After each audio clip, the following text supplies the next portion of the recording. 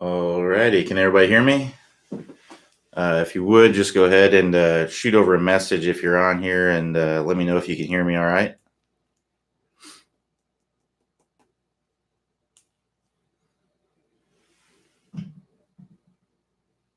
All right, thanks, James and Dale.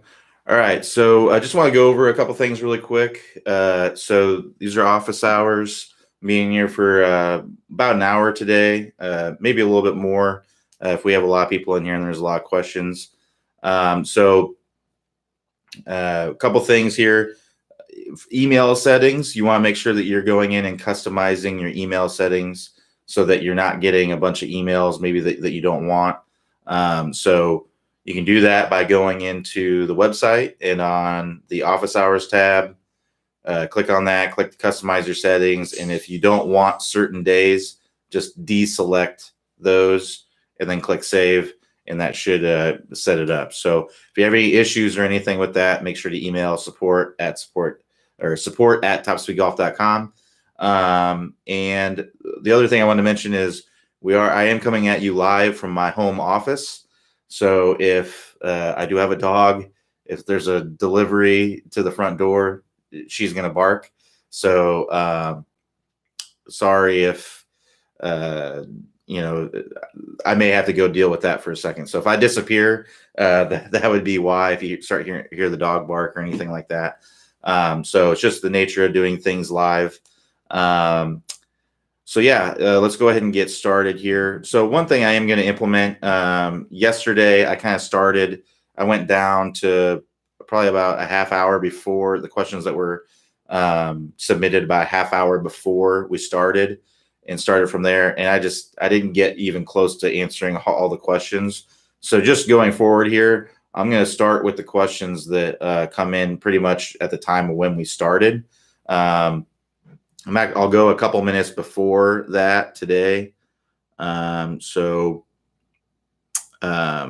James S. will be the first question I'm going to answer. All of the ones that were submitted before that. So Tim P., if you're still on here, go ahead and resubmit your questions. He submitted a question about 46 minutes ago. Go ahead and resubmit that if you're still around. I just want to make sure that I'm answering questions for people that are still in the group. So I'm going to start here with James S., who submitted a question about 7 minutes ago, and about 5 minutes before we started. But just going forward, I'm just going to do it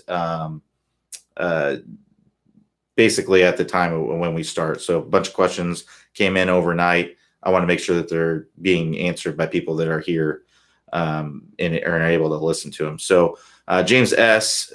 Says, for senior golfers with low club head speed, will the less stiff shafts help with distance? So the answer to that is not necessarily. So less stiff shafts are usually lighter, and that's what can typically help you with distance. So the lighter a club is, usually the easier it is to swing faster. It's not necessarily because it's more whippy or anything like that. It's more about being able to swing it faster. I will say that I'm not an expert club fitter, but that's just my understanding of it. If you were to go to an expert club fitter on that, he or she might have a little bit better answer for you. But that's just my understanding of it. It's just more about the weight of the shaft that's really going to help you to swing faster. So Dale S., he asks, does overspeed training really help? Yes, it does. Not to the extent, there are, not to the extent that what you might think. It definitely helps, but overspeed training is just swinging faster. Those of you who aren't familiar with what overspeed training is, it's basically where you take a lighter club and swing it as fast as you can.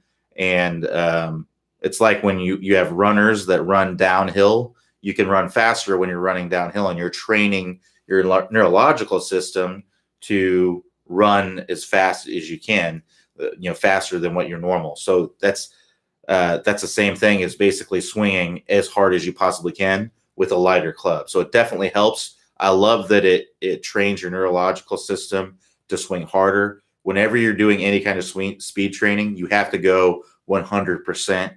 You have to swing as hard as you possibly can. If any of you went through our distance masterclass, you understand, or been to any of our distance clinics, we're definitely very adamant about swinging as hard as you possibly can and giving 100% effort, because that trains your neurological system to understand exactly how hard you need to be swinging to create speed. And you're going to be maybe wild at first, and a lot of times we find that people are less wild, which is interesting.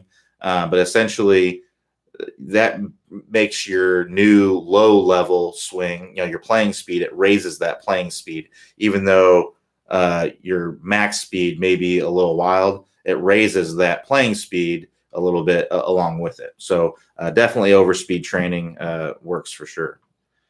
All right, so these are all the questions about, or all the answers to, can you hear me? All right, so Rod P. And like I said, if I get to a point where there's no questions, I'll go back and answer questions. So it looks like Rod P is in here, and he's got the next question, but there's no question after that. So if you got a question, go ahead and put it in there. This is the time, because it'll be the next question here. So Rod P asks, please go over in slow motion of hands, arms, and body from hip high to hip high. So I think you're talking about hip high from the downswing to the follow through, I would think.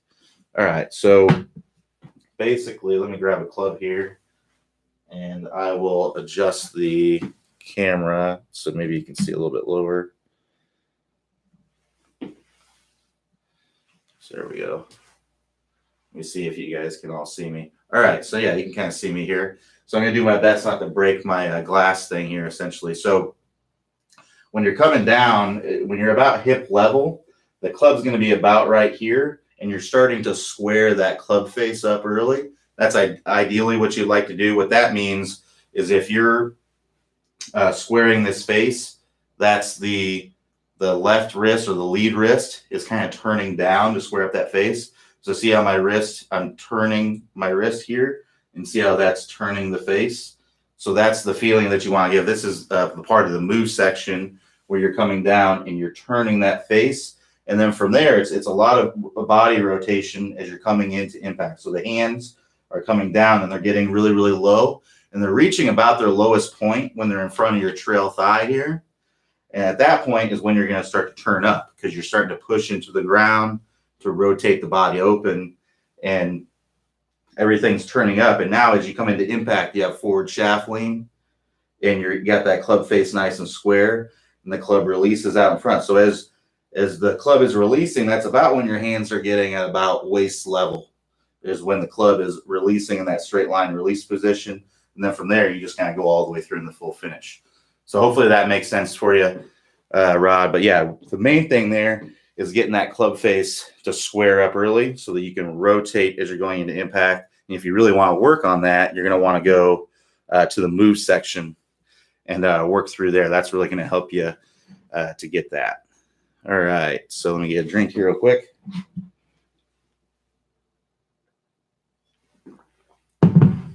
All right, so what's the best way to hit off a wet, soggy turf? So essentially, your club's going to kind of slip through there. So you really hit the ball the same way for the most part. But when you want to kind of make sure that you get ball first contact, because if you hit behind the ball at all, if it's wet, your grooves are going to fill up with all that wet and soggy turf. And what's going to happen is you're going to really, the ball may slip a little bit on the face, and you're not going to be able to get as much spin. So that's one thing to keep in mind when you're hitting wedge shots, is if you're in really wet conditions, a lot of times you're just not going to be able to get as much spin on it. And you need to plan on that ball rolling out a little bit. Now, the good part is usually the greens are soft, and it may land soft and it may not roll out too much. So that may help a little bit. But main thing is with wedges, in dry conditions, those balls will have a lot of spin on them, and they'll really spin for you and stop on the greens for you. But in wet conditions, you're going to get more rollout as far as spin is concerned, but it may be compensated by the fact that you're in wet conditions. But really, everything else is pretty much the same. It's just the club's not going to react the same as it's going through the turf. It's going to kind of slide through the turf instead of having a little more, I guess, resistance as you're going through there. All right. So Richard M says, as a senior, I can't fully swing through as well as I used to. With that, is a neutral grip turning wrists better than a strong grip?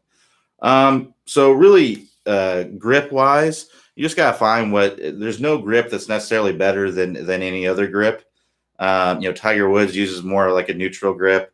Ben Hogan uses kind of a weak grip. Dustin Johnson, Paul Isinger, they're kind of famous for using very, very strong grips. And obviously all those grips worked for those players.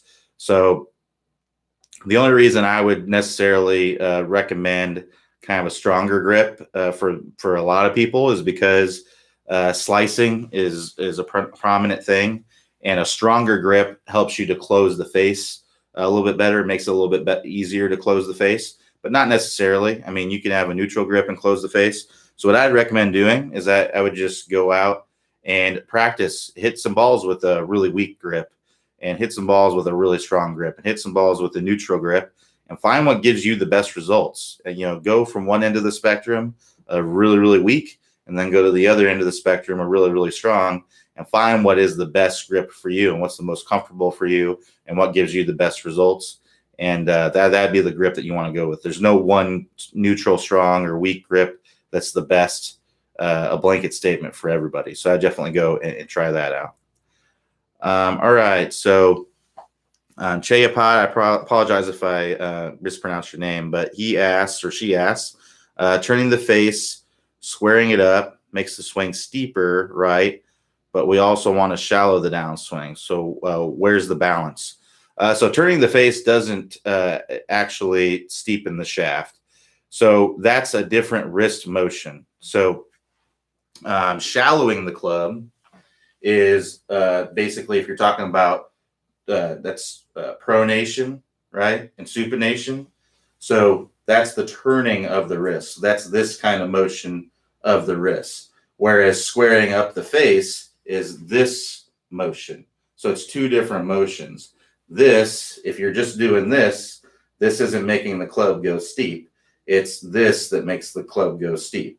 So the balance here is really the best drill for this is the tennis racket drill, which is drill 1.3 from the move section.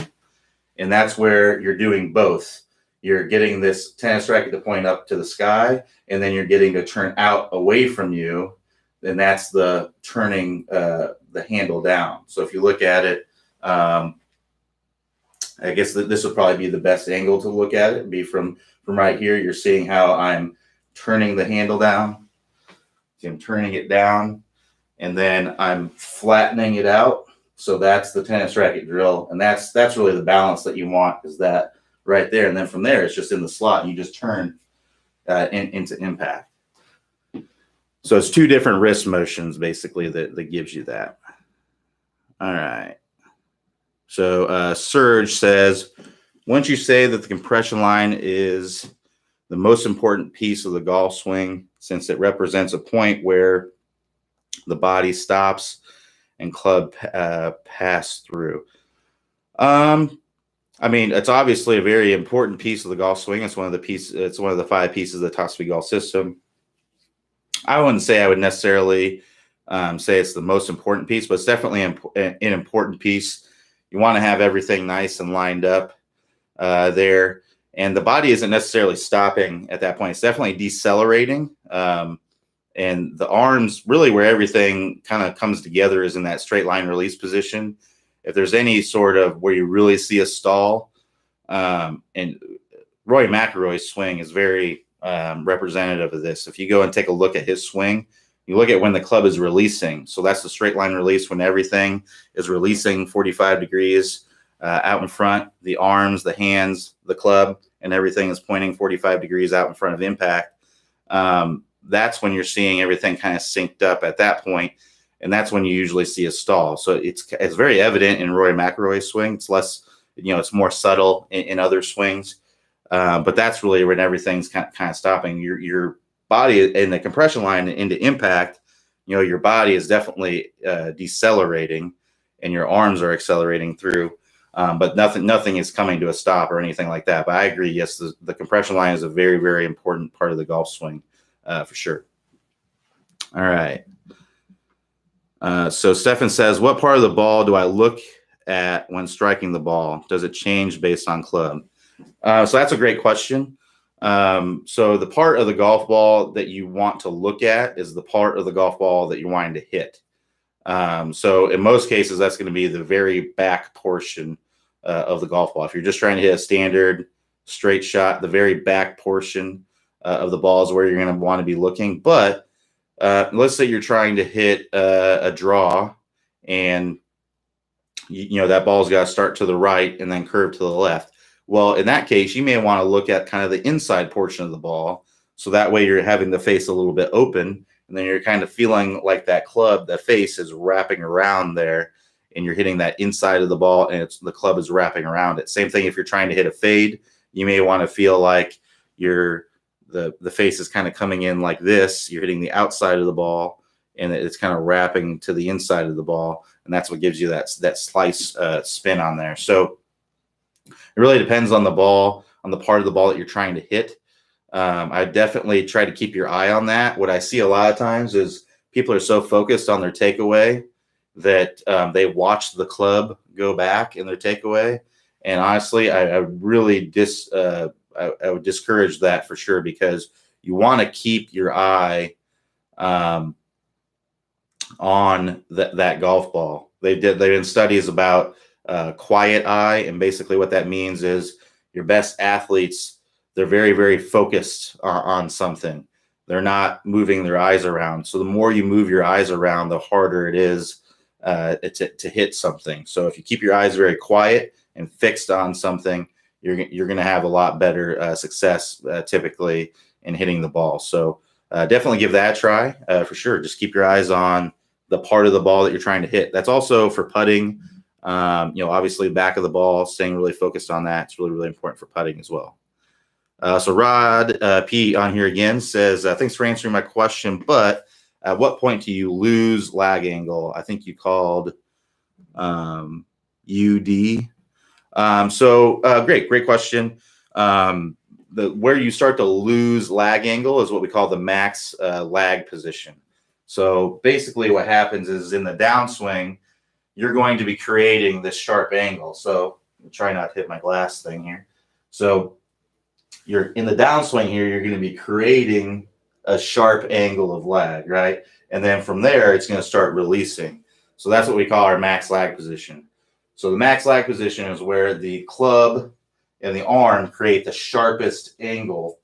There's the sharpest angle here. And we want that to be about when that lead arm is parallel to the ground in the downswing, or a little bit later. What you see a lot of the times is you see with a lot of amateur players is that angle is up here and it starts releasing from here. So we're casting from the top. So we want to get up here, sharpen up that angle. And that's what we talk about in the top speed lag section.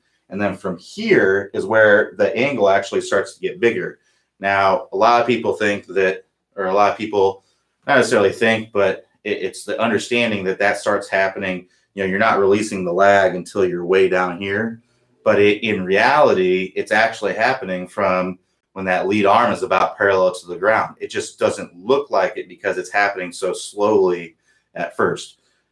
Go to, if you have V1 or if you have any swing analysis software, you can get it on your phone for free. So there's V1 Golf, which is a free one you can get. There's Huddle Technique, which is another free one you can get.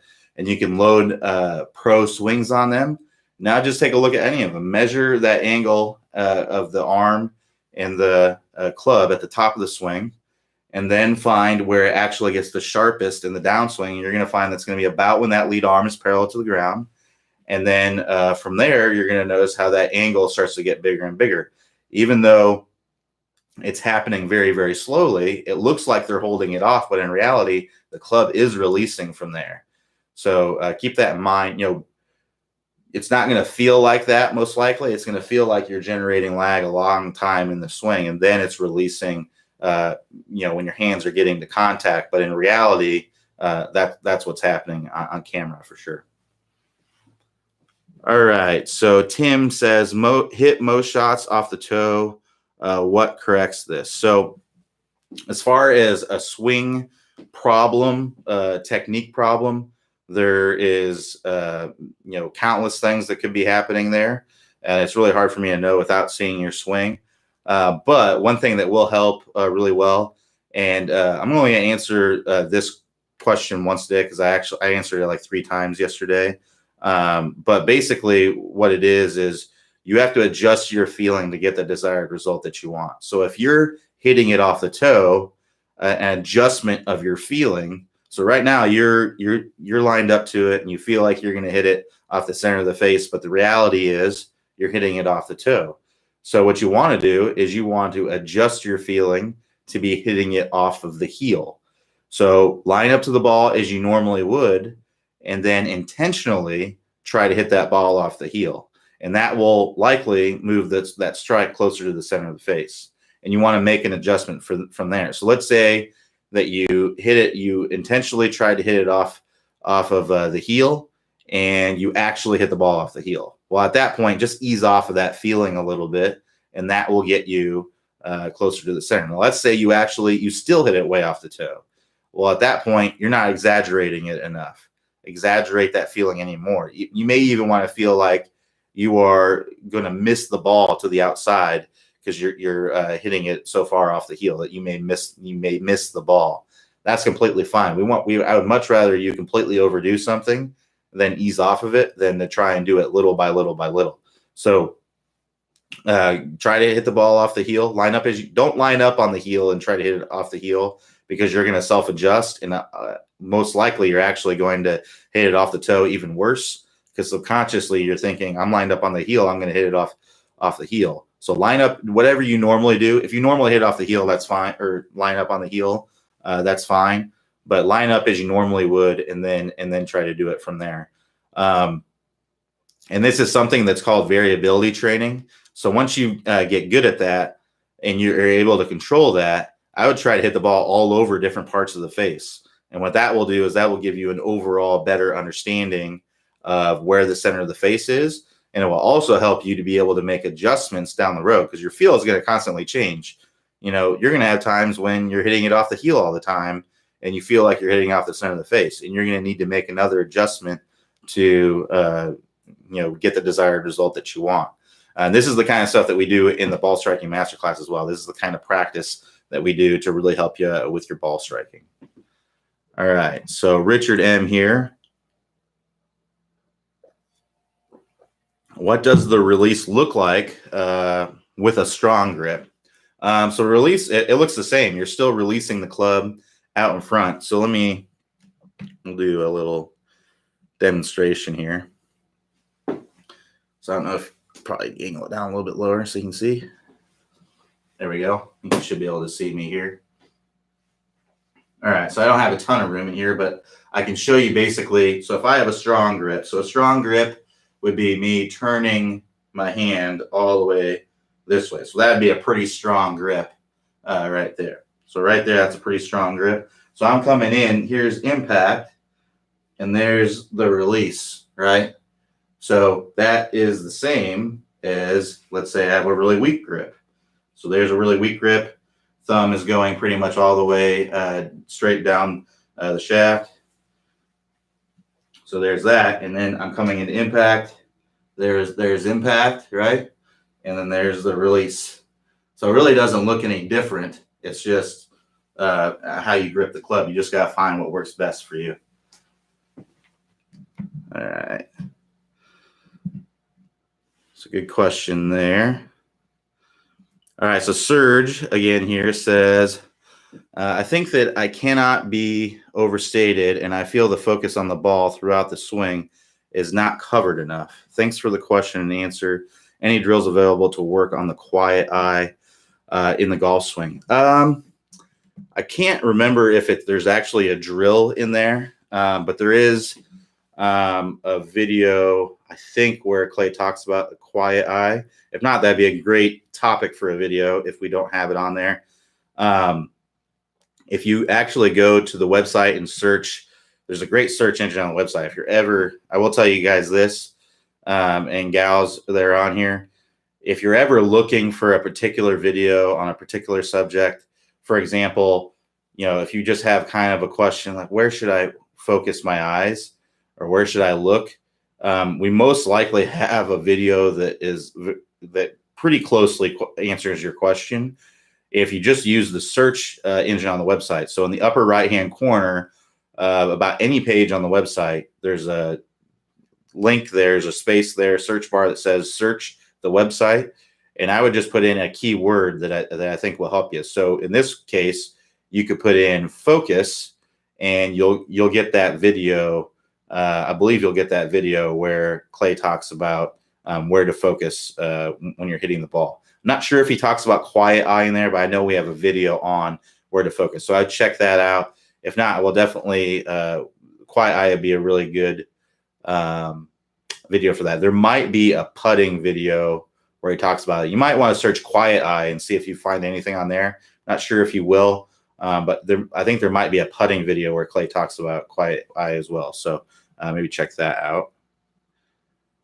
All right. So, and again, this is the next question. I don't have any questions after this one. So if there isn't another one after Steven's here, I'm just going to go to some questions that were before we started and start answering some of those. So if you have one, if you have a question, it'll be the next one, and go ahead and type it in there and we'll get her answered. So Steven here says, I have trouble striking the ball when wearing my progressive lens sunglasses and have had to switch to my regular progressive lens glasses. Have you ever heard of this issue, and can you make any recommendations for eyewear for us glass wearers? So that's a good question. I'm a glasses wearer myself. I will say I'm not an expert on glasses or anything like that, but I tell you what, I do notice a difference. I usually don't wear my glasses when I play. My eyesight, my vision isn't that bad. It's basically like the difference for me. It's like the difference between looking at standard definition television versus HD television. So I can see fine without my glasses. It's just things aren't as clear. But I usually just wear sunglasses, and I don't have prescription sunglasses when I play. But I did notice when I first started wearing my glasses, and I did when I played when it was overcast and I didn't wear my sunglasses, I did wear my glasses, and things were a little bit different.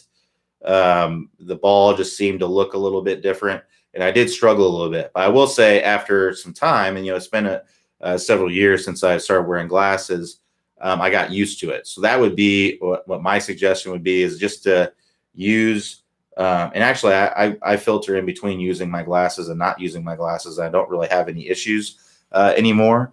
So I think it's just a matter of your eyes adjusting to whatever you're wearing. So I would say whatever you're going to go to the course and play with, I would have those glasses on for at least a half hour or so before you go to play. And that way your eyes can adjust. So whenever I go and play, I know I'm going to wear my sunglasses. I'm wearing my sunglasses. I'm taking off my glasses before I go play so that my eyes can kind of adjust. And that just makes things a little bit easier. Now, if I were to go to the course and wearing my normal glasses that I can see better in, and then I take them off and then I try to hit a ball, I'm going to struggle just because my eyes haven't adjusted. So that'd be my recommendation. A better person to ask might be an eye doctor who is who also is an avid golfer. They might be able to help you a little bit more. Like I said, I'm not really an expert on that, but I hope what I said helped you. But it might be a better question for a doctor who's an avid golfer for sure. All right, so Chayapod again here says, could you go over the setup, particularly how much should I bend from my hip? So that's a great question. So let's bend this down again so we can see a little bit better. So basically, as far as, hopefully you guys will be able to see me.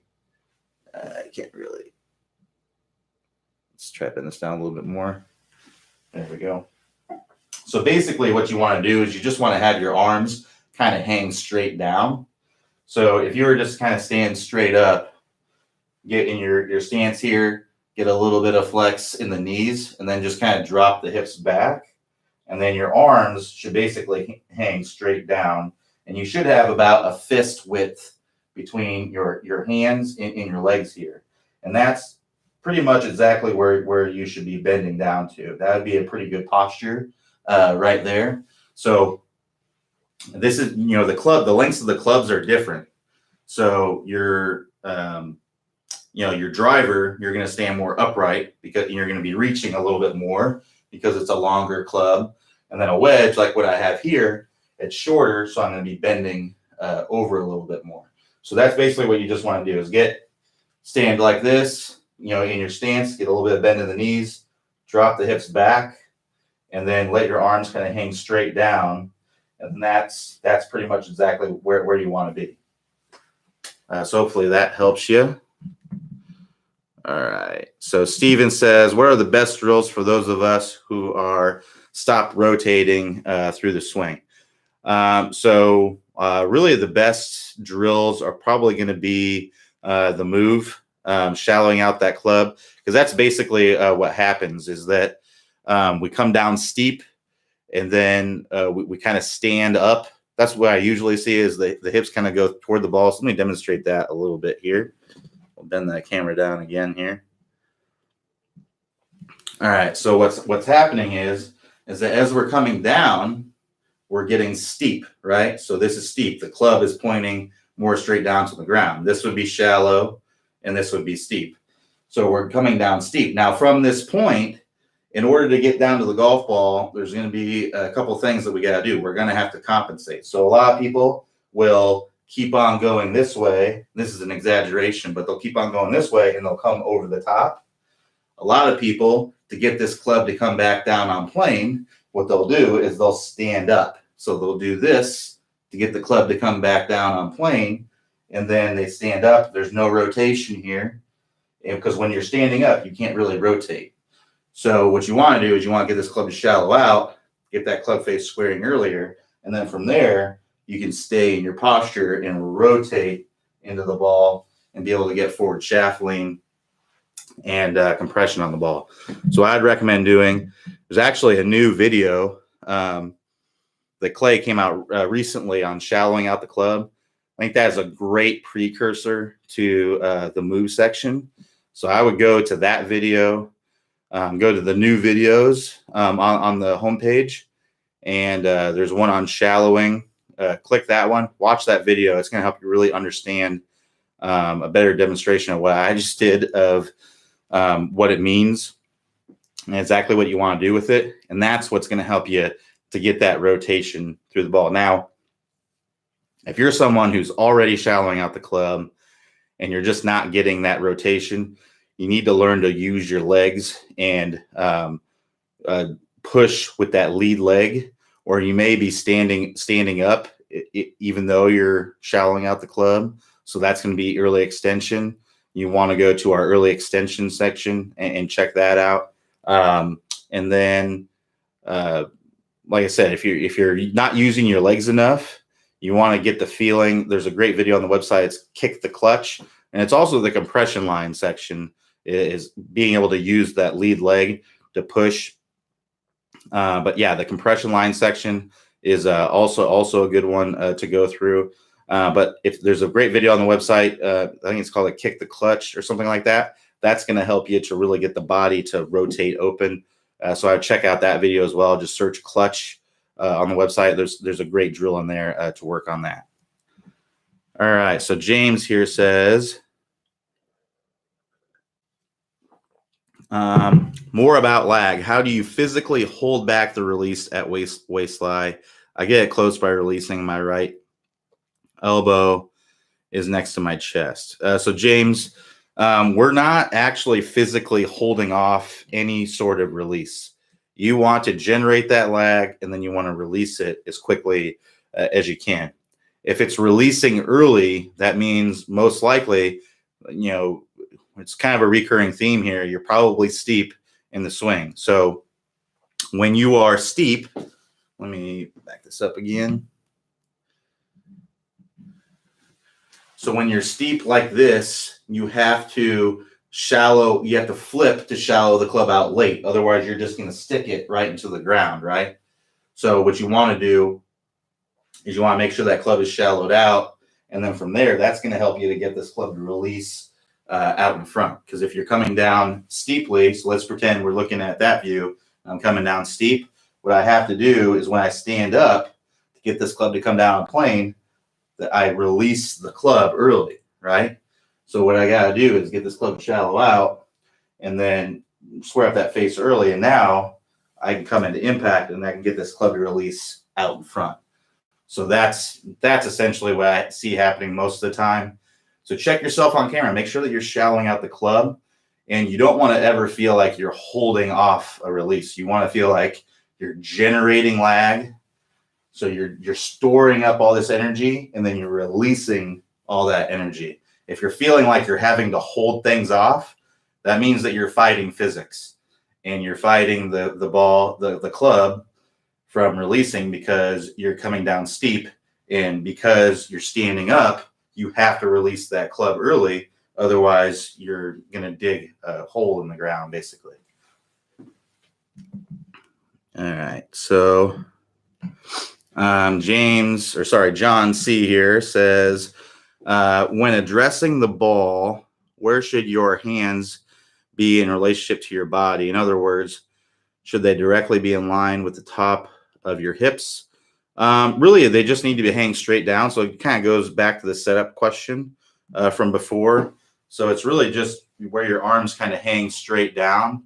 That's where they should be. So this camera view is kind of looking down at me a little bit. So it's not level with my hips or anything. But basically it's just, you're getting in that address position, you're setting the hips back, and then the arms are hanging straight down. So I would say my hands with this is a wedge right here. My hands are probably about mid thigh level right here. Now with a driver, it's longer. So I actually have a driver over here. All right. So with a driver, this is a longer club. So I'm standing a little bit more upright, and now my hands are a little bit higher. I would say my hands are just below waist level here. And you can see from this angle that because the club is a little bit longer, I'm standing a little bit more upright and I'm reaching just a little bit more for it. But the driver is so much longer than any of the other clubs, other than maybe a 3-wood that's like a couple inches shorter. But if you look at the difference here between the length, we're talking that's like almost a foot difference, where it's a whole grip length in difference. So when you're looking at, I have a 3-wood right here too. This is a 3-wood. It's only about a couple inch difference. So you're going to stand a little bit more upright with a 3-wood. But with a driver, you're definitely going to be standing a little bit more upright and reaching just a little bit more for it. And you can really see, that's a good angle to see how high my hands are. So I'll look at that, see with a driver, it's a little bit below waist level. And then with a wedge, you can see if I get in my stance position here, hips back, let my arms kind of hang straight down, you can see that I'm about mid-thigh here with the wedge. And you can see I can fit about a fist in between here. So hopefully that helps your question there. All right. So Serge says, I just want to thank you guys so much for doing this. I do not know of anyone out there who is doing the office hours. Awesome, guys. Oh, awesome. Thank you so much for glad to have you here and to help you answer your questions. We've been looking for a way to really help people answer their questions. And this is a really good idea that some of our guys came up with. So I'm glad you're enjoying it. And again, I'm at the top of the heap here. So James has got the next question here. It's not really an instruction question, but if you have an instruction question, feel free to put it in there because it'll be the next one that'll be answered and you'll be able to stick around for it. So James says, will we have access to missed episodes? So at this moment, you do have to be live to answer or to watch. It may be something that we do in the future. Like I said, we're kind of we're starting to do this on the regular now. So, we're going to be going through some growing pains, in the beginning processes of doing this. We're going to figure out what works better and what's better. We've already had some feedback from some people asking kind of that same question. So it might be something that we implement in the future, but at this time, you have to be live to watch it. So, but maybe in the future, we may have it archive them to where you can watch them at a later time. All right. So Chayapod again here. He's getting his questions answered. Awesome. He says, at the practice range, Matt, where I can't spray, do I practice hitting the ball than the turf? So unfortunately, there's really no good answer to this. Essentially, it's really, really hard to work on ground contact and taking divots and things like that when you're hitting off of a mat, when you're not hitting off a real turf. I wish there was a way to be able to do that, but I'm sure if I could invent a way for that, I could make a lot of money doing that. But as far as I know, or as I'm concerned, there's really no way to do that. Now, there is a great training aid that can help you to work on your ground contact when hitting off of a mat, and it's called a flat ball. So a flat ball, what that is, it's a really cheap training aid. You can get them on Amazon. I think you get like a 6-pack of them for $10 or something like that. But you can get them in most sporting goods stores that sell quite a good bit of golf stuff, or golf stores like Dick's Sporting Goods, I believe, has them. But basically what they are is they're little, they almost look like little rubber coasters that are the same diameter of a golf ball, and they're about 1/4 inch thick. And basically they're 1/4 inch thick because that makes it so you really have to be really precise with your ground contact. You only have a 1/4 inch there to get it right. So it'd be really good to do some variability type training with it to train your ability to strike the ground in relationship to the ball. So I thought I might have one laying around here, but I don't think that I do. But let's just say, I wish I had something that could kind of signify it. But basically, let's say that this, I'm going to use this Sharpie marker here. So let's say we have this Sharpie marker here, and we want to do some variability training with the flat ball. And this is great to do on a mat because it'll lay flat on the mat. And you can do it off of grass, but it has to be like some tightly mown grass. But off of a mat, it really works great. So if you have your flat ball here, you could do a cycle through some reps. So you come down and you do a rep where you strike the ground before the flat ball and then miss the flat ball over the top. So that'd be one rep, and you would want to swing until you have a successful rep there. And then the next rep, you'd want to come down and catch that flat ball perfectly. So you would catch it right where that flat ball is meeting the ground, and you can hit them like they'll only go about 10 yards or something like that, and they'll kind of flutter through the air. And but you'll want to hit it and just pinch it on the mat there. And then the next one, you'll want to come in and you'll want to hit the top of it. So you hit the top of it and you'll go until you're successful. And when you do that, it'll just kind of pop up in the air. And then the next one, you'll want to miss the flat ball and hit the turf in front. So that's a cycle of variability training where you're trying to really understand how your relationship of hitting the ground to the ball is really, really going to help you. And then to make it more difficult, what you can do is you can vary that up. You can randomize that, not go through the cycle like I just did, but maybe start out hitting the top of it, then hitting behind it, then flushing it, and then hitting over the top of it, and really challenge yourself to be able to do that. So if you can do that, that can really help you with your ground contact. And it's really the best way that I know of to practice your ground contact on a mat. So give that a try. Really cheap training aid that you can buy. It's one of my favorites. It's a flat ball. You can get it on Amazon or any sporting goods store. All right. So Chayapod here with another question. He says, could you go over some tips on difficult lies on the range, uphill, downhill, ball below, above the feet, and fairway bunker? So on the driving range, unfortunately, most driving ranges, pretty much every single driving range that I've ever been to, it's always just a dead flat lie. A lot of times it's mats, and you're just, you're hitting off of a mat. and it doesn't really challenge you. That's why a lot of people, they do well, they hit the ball great on the driving range, and then they go to the course and they hit the ball terrible. Well, on the driving range, you have a flat lie. It's a perfect lie every single time. You're hitting a ball after ball after ball with the same club. You're getting in a groove, and that's why you're typically able to hit the ball better. When you're on the golf course, things are constantly changing. The ball's above your feet, below your feet. The lie is changing. The wind is changing. There's time in between clubs. You're switching clubs every time. So it becomes way more difficult. So what you want is you want to make your range time very similar as much as you can to do an exercise at the end to make your driving range practice a lot like what you're doing out on the course.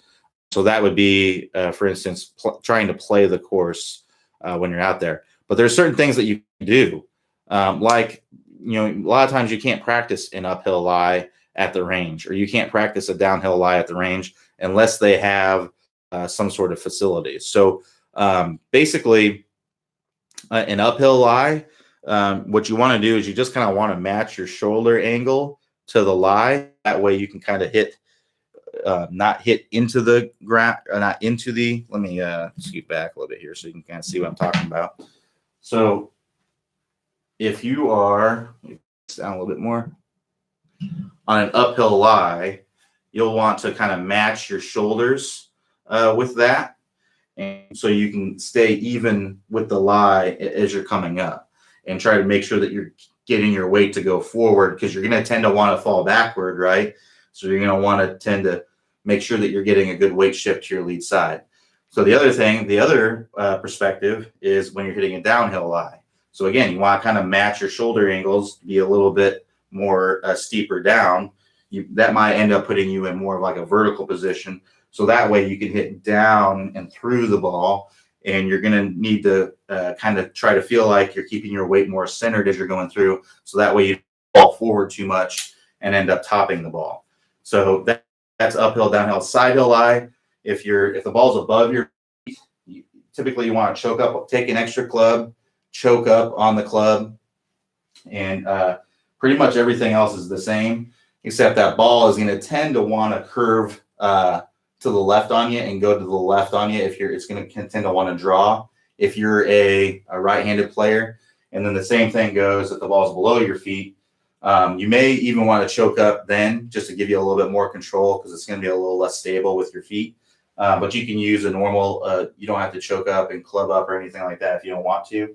But you can use a normal club, and you're going to have to bend down further to get to the golf ball. And on this lie, the ball is going to tend to want to fade on you. It's going to tend to want to start to the right a little bit more and fade on you. So just things to keep in mind when you're hitting those types of shots.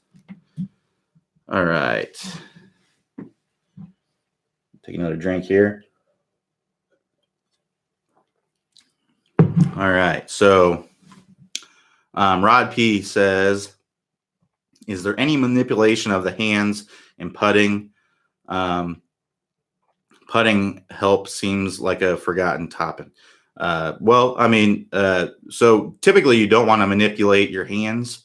You want to keep your hands pretty solid when you're putting. That doesn't mean that you can't manipulate your hands. There's been great putters out there that that manipulated their hands through the putting stroke. Fleischer, he kind of cut across the ball, or it looked like he did. So he would come in and kind of fillet the face open a little bit as he was putting, and he was an excellent putter. So that doesn't mean that you can't, but typically the best way to do it is to just kind of keep your hands really, really solid and really just kind of rock the shoulders and have that kind of moving as one piece, and allow the face to naturally square up as it's rotating back and through on a slight arc. That's going to be the best thing to do for most people. But if you find that you, because there's some people that try to keep the club face square throughout the stroke. So typically, if you do the way that I talk about that, I think is the most simple way.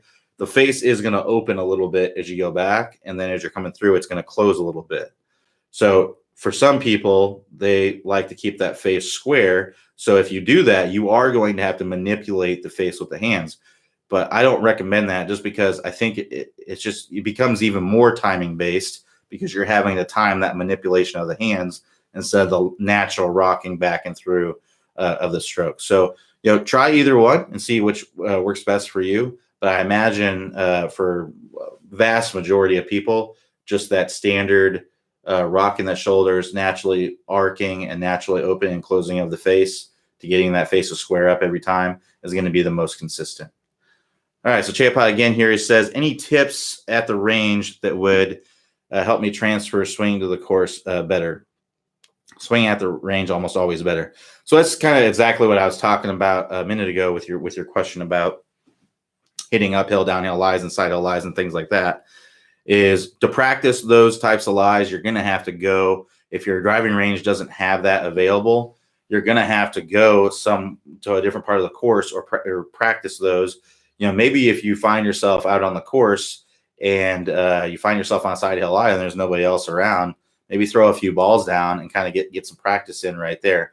But when you're at the range and you're trying to transfer what you're doing on the range to the golf course, you have to make your practice on the range like it is on the course, because things change when you're on the course. So what you can do is just have a course in your head that you played a lot and that you know really well, and then go out to the course or go out to the driving range and play that course in your head. So if the first hole, it's a driver hole, let's tee up a driver. Let's imagine the fairway right in front of us, go through our shot routine and hit the ball. And then if you kind of slice it out to the right to the woods, if you have a way of putting the ball in the rough at your range, then do that. If not, just do the best you can and, have an idea of how far you are away. So if it's a 400-yard hole and you hit a 250-yard drive and, you felt like you hit it pretty good and it went about 250, you just estimate that. Then you just take your 150-yard club and you would go through your whole shot routine again, and you would hit the ball and you just play the course out. Obviously, what's good about this is that there's no putting, so you make every single putt. So you shoot really, really well. So it makes it kind of fun. So, and I would just play the whole course. This is a great exercise to do at the end of a range session. So you've practiced some technique or practice hitting the ball at the range, and then at the end, you just do this little exercise with the last 30 balls or so. And it's just a great exercise to help you transfer what you're doing on the range to the golf course. It's a great way to prepare for tournaments and stuff like that too. All right. Lennart, I apologize if I pronounce your name wrong, but he says, Egan, should the club head have maximum speed at impact at straight line release? You want that club head to have the maximum speed at the golf ball. And the straight line release, that club's actually decelerating. So what we see a lot of times is that the speed gets burned up early. That's the most common thing, and it's actually decelerating when it's getting to the golf ball because the club's releasing too early. The club when it's releasing, it's decelerating.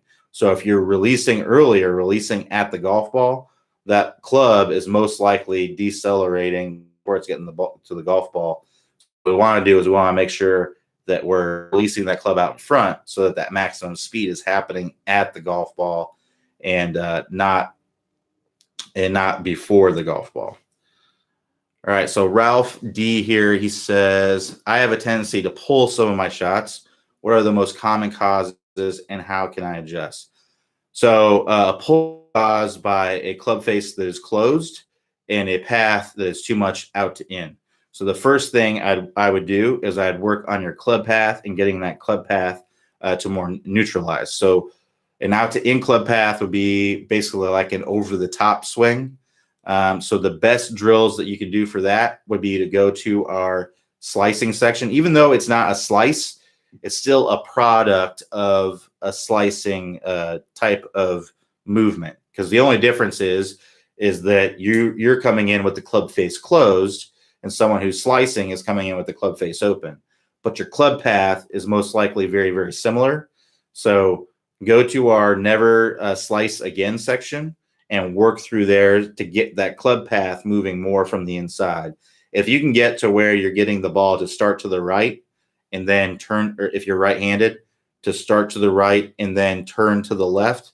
That means that you're getting that club path to move from in to out, and that's going to help you to get rid of that pull for sure. All right. Oh, Lennart was just correcting his. No worries, I got it. Chepa again says, how do I control the distance out of a greenside bunker? That's going to be practice. I can't emphasize that enough. Hopefully, wherever you practice, typically we'll have a greenside bunker, hopefully, that you can work on that in. So what I have found that's a pretty good it's a pretty good representation of what it is it basically turns into, if it's a 60-yard swing, I would use that swing to hit about a 20-yard bunker shot. That's where I would start and then adjust from there. And really what it comes down to is just getting a better feeling for hitting out of the sand and how the ball reacts out of the sand. So I would go out there and just make sure that you're accelerating through all the shots. But I'd use about a 1-to-3 ratio to start out with and see where you are with that. So pretend like it's a 60-yard target. If it's a 20-yard target, pretend like it's a 60-yard target.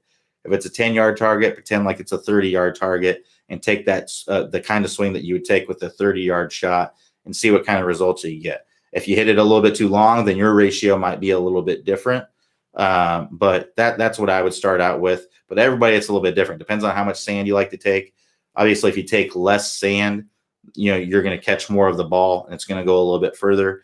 It's going to have a little bit more spin on it, probably. If you take more sand, you're going to need to accelerate through it more. The ball is going to run out a little bit more. I like to go toward the taking more sand because it's just a higher percentage shot. You can chunk it out of there every single time and get it on the green. Give yourself a chance to get up and down. Whereas if you go the route of trying to hit the really spinny bunker shot where you're catching a lot of ball, you're going to hit a lot. You're going to blade a lot of them out. You're going to blade some of them out of there more often. And you're going to end up with a much worse position, most likely, maybe even out of bounds or something like that. So it just takes practice and getting a good feel for it. But yeah, that's what I'd recommend is with a 1-to-3 ratio at first. All right. So Rod P says, demonstrate rocking the shoulder putting. So the easiest way to kind of get the feeling for this is to, let me kind of show you. So hopefully y'all can see this. All right, yeah. So what I like to do is I kind of just like to take my hands and just put them together just like this. So in your golf posture. And then from there, just kind of feel like your shoulders, your arms, and your hands are just one piece. And that's right there. Just rock the shoulders back and forth. That's the rocking of the shoulders right there. So it's all one piece. It's all one triangle. And that's the rocking of the shoulders right there. So if you do this, you kind of get a good feeling for rocking the shoulders is now you can grab a putter and you do the same thing. And again, here's rocking the shoulders. You're doing the same thing, but now you're just gripping the putter. So you see how my shoulders are just going like this and everything else is just kind of connected to it. Almost like a pendulum basically is basically what it feels like. It's just all one piece, just like that. But the difference between this and a pendulum is essentially a pendulum is the same back and same through. With this, you're taking it back and you're going through a little bit more. So you're accelerating through the ball, if that makes sense. All right, so let's keep on going. All right, so Chepa says, sorry, I wasn't being clear. I meant the techniques, such as the power turn or the lag, they don't quite transfer to the course. Oh, I see. Okay. So basically, it's kind of the same thing. The focuses change a little bit. So what you need to do is you need to get more and more comfortable with those, and then you can bring them to the course more easily. So it's just about getting the reps in and getting more comfortable with it as you go along. So, you may wonder why. You've probably seen that we recommend so many reps to do. Well, part of that is that's really the amount of reps that it takes to ingrain something. Now, it depends on how comfortable you are with the movement straight away. If you are really, really uncomfortable with it, you just have the hardest time making a full shoulder turn. Well, it may take you more reps to get there just because it's something you're very uncomfortable with. But if you're already pretty comfortable with it, then it may only take you 100 reps to get to your max shoulder turn. But if you're really uncomfortable with it, it may take you 10,000 reps to get there. So it's just a matter of getting the reps in, getting more comfortable with it, doing it slow, pausing reps at first, pausing at key checkpoints like we do in the drills in the system, and then from there going to a slow, fluid practice swing, really focusing on the movement, and then building that up to a practice swing that is full speed. Because honestly, if you can't do it in a full speed practice swing, you really have zero to little chance of doing it in a swing where the ball's there. Because when the ball's there, there's another focus there, and you're focused on hitting the ball. So, and the other thing is that when you're at the range, it's the same. When you're just at the range, the focus is on performing the movement and hitting the ball. It's not necessarily at hitting a certain target. So I'd always make sure that you're aiming at a target when you're out there, just like you're like you are on the course. You're aiming at a flag, aiming at something specific and small, so it's more transferred to what you're doing out on the course. So that, I think that's what's going to help the most to get you to get that to happen on the course. So hopefully that helps you out quite a bit. Let me see here. Looks like that's all the questions that are posted on here. I'll stay on here for a little bit longer if anybody has any more questions. But if not, we'll go ahead and wrap this up right now. So I'll give you minutes if you wanted to ask any more questions. But if not, we'll wrap her up.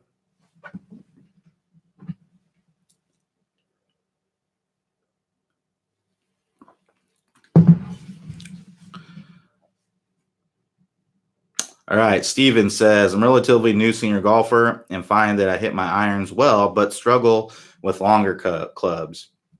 To make the game more enjoyable, your thoughts on the new sets that all have the same shaft length? So one thing about that is just nature, the longer clubs are going to be more difficult to hit for a couple of reasons. One, they're longer, so they're harder to control. They're harder to hit on the solid. They're harder to hit on the center of the face. The other thing is that the lofts are lower. So when the lofts are lower, there's less backspin that's put on the golf ball, and it's less likely to stay straight. So if you think about the spin axis is like the wings of an airplane. So when they tilt, it's going to curve that way, and it's going to curve that way.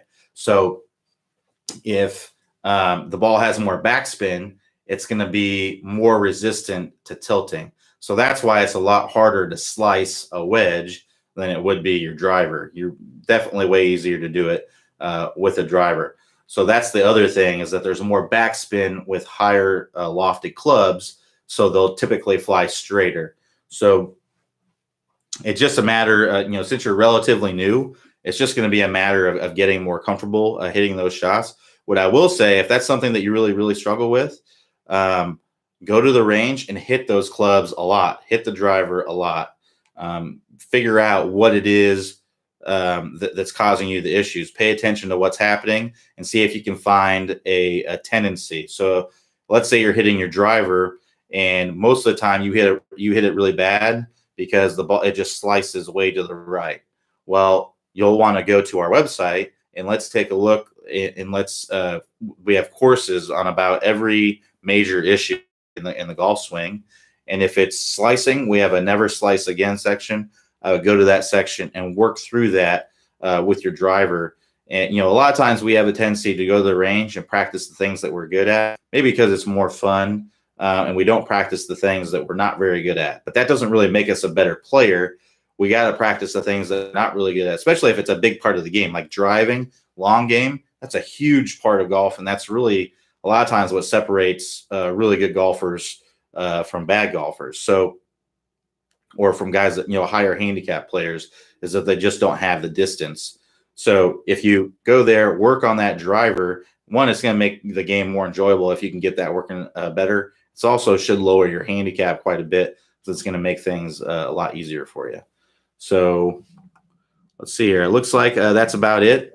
James said thank you. You're welcome. It was my pleasure. We'll be back here tomorrow at 9 a.m.